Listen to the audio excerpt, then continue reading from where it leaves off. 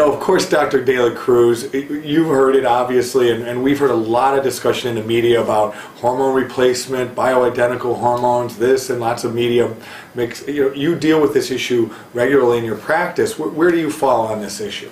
Well, I've had the good fortune, I've had good teachers that help me to see the importance of balancing hormones. Because hormone imbalance is inevitable. And it's inevitable just because we're aging. It's inevitable because of stress, always makes hormone imbalance worse. Not to mention toxins and potential for heavy metals in many of the patients I deal with, especially patients that just don't get better. The whole idea about hormone balancing is what taught me to start thinking of medicine in terms of restoring health. I remember Eldred Taylor mentioning that in a lecture. A physician, one trained in the art of restoring health.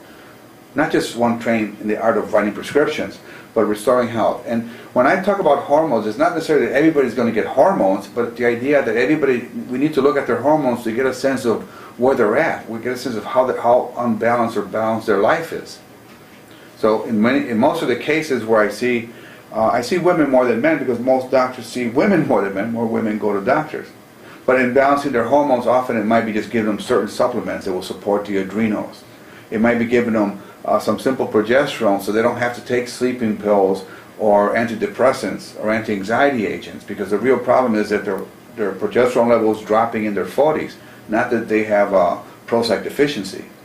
It seems very key that you find the right physician for these hormone balancing therapies, because it's not easy. This isn't something you should guess at. Hormones are serious things, but the good news is through diet and supplements, you can naturally balance a lot of your hormone levels. But it's correct, because one of the things I've heard more than once that when I go to the conferences, where other MDs are presenting information about hormones and their experience, etc., and they keep reminding us, and don't forget to tell your patients that no matter how well anybody balances your hormones, it still goes back to lifestyle.